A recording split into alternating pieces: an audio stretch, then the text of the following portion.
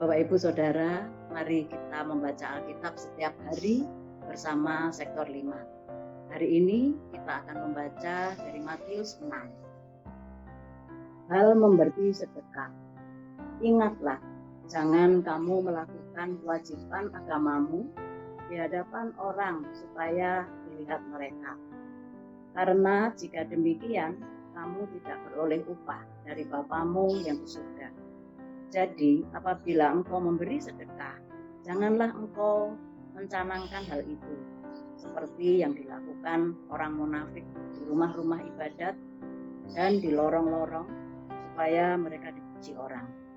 Aku berkata kepadamu, sesungguhnya mereka sudah mendapat upahnya. Tetapi jika engkau memberi sedekah, janganlah diketahui tangan kirimu apa yang diperbuat tangan kananmu.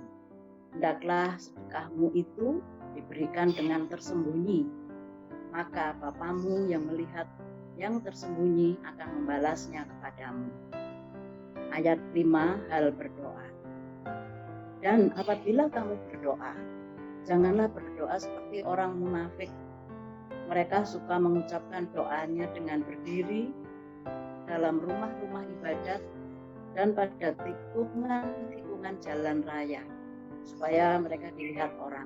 Aku berkata kepadamu, sesungguhnya mereka sudah mendapat upahnya. Tetapi jika engkau berdoa, masuklah ke dalam kamarmu, tutuplah pintu dan berdoalah kepada Bapamu yang ada di tempat tersembunyi. Maka Bapamu yang melihat yang tersembunyi membalasnya kepadamu. Lagi pula, janganlah kamu bertele-tele seperti kebiasaan orang yang tidak mengenal Allah. Mereka menyangka bahwa karena banyak katanya akan dikabulkan. Jadi janganlah kamu seperti mereka, karena Bapamu mengetahui apa yang kamu perlukan sebelum kamu minta kepadanya. Karena itu berdoalah demikian, Bapa kami yang di surga, dikuduskanlah namamu, datanglah kerajaanmu, jadilah kehendak-Mu di bumi seperti di surga. Berilah kami pada hari ini makanan kami yang secukupnya, dan ampunilah kami akan kesalahan kami, seperti kami juga mengampuni orang yang bersalah kepada kami, tetapi lepaskanlah kami daripada yang jahat. Karena Engkaulah yang punya kerajaan dan kuasa dan kemuliaan sampai selama-lamanya. Amin. Karena jikalau kamu mengampuni kesalahan orang, Bapamu yang di surga akan mengampuni kamu juga. Tetapi jikalau kamu tidak mengampuni orang, Bapamu juga tidak akan mengampuni kesalahanmu. Ayat 18, hal berpuasa. Dan apabila kamu berpuasa, janganlah muram mukamu seperti orang munafik. Mereka mengubah air mukanya supaya orang melihat bahwa mereka sedang berpuasa. Aku berkata kepadamu, sesungguhnya mereka sudah mendapat upahnya. Tetapi apabila engkau berpuasa, minyailah kepalamu dan cucilah mukamu, supaya jangan dilihat oleh orang bahwa engkau sedang berpuasa, melainkan hanya oleh Bapamu yang ada di tempat tersembunyi.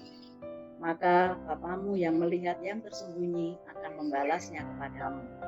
Ayat 19, hal mengumpulkan harta. Janganlah kamu mengumpulkan harta di bumi.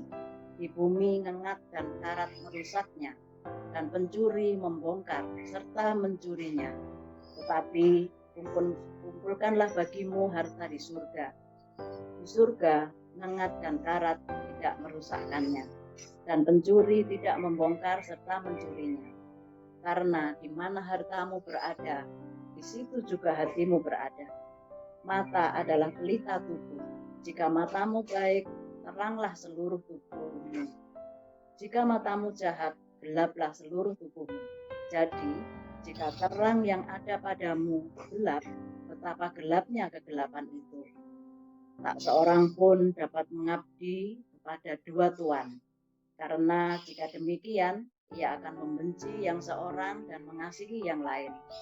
Atau ia akan setia kepada yang seorang dan tidak mengindahkan yang lain. Kamu tidak dapat mengabdi kepada Allah dan kepada Mammon. Ayat 25, hal kekhawatiran. Karena itu aku berkata kepadamu, janganlah khawatir akan hidupmu, akan apa yang hendak kamu makan atau minum, dan janganlah khawatir pula akan tubuhmu, akan apa yang hendak kamu pakai. Bukankah hidup itu lebih penting daripada makanan, dan tubuh itu lebih penting daripada pakaian? Pandanglah burung-burung di langit yang tidak menabur dan tidak menuai dan tidak mengumpulkan bekal dalam lumbung, namun diberi makan oleh Bapamu yang di surga. Bukankah kamu jauh melebihi burung-burung itu?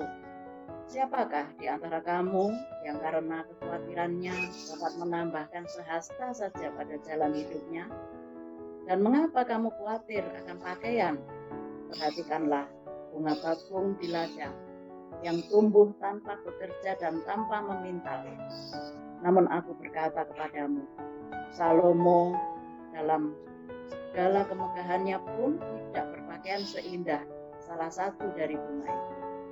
Jadi jika demikian Allah mendandani rumput di ladang dan hari ini ada dan besok dibuang dalam api, tidakkah ia akan terlebih lagi mendandani kamu, hai orang yang kurang percaya? Sebab itu janganlah kamu khawatir dan berkata, apakah yang akan kami makan? Apakah yang akan kami minum? Apakah yang akan kami pakai? Semua itu dicari bangsa-bangsa yang tidak mengenal Allah. Akan tetapi Bapamu yang di surga tahu bahwa kamu memerlukan semuanya itu. Tetapi carilah dahulu kerajaan Allah dan kebenarannya, maka semuanya itu akan ditambahkan kepadamu.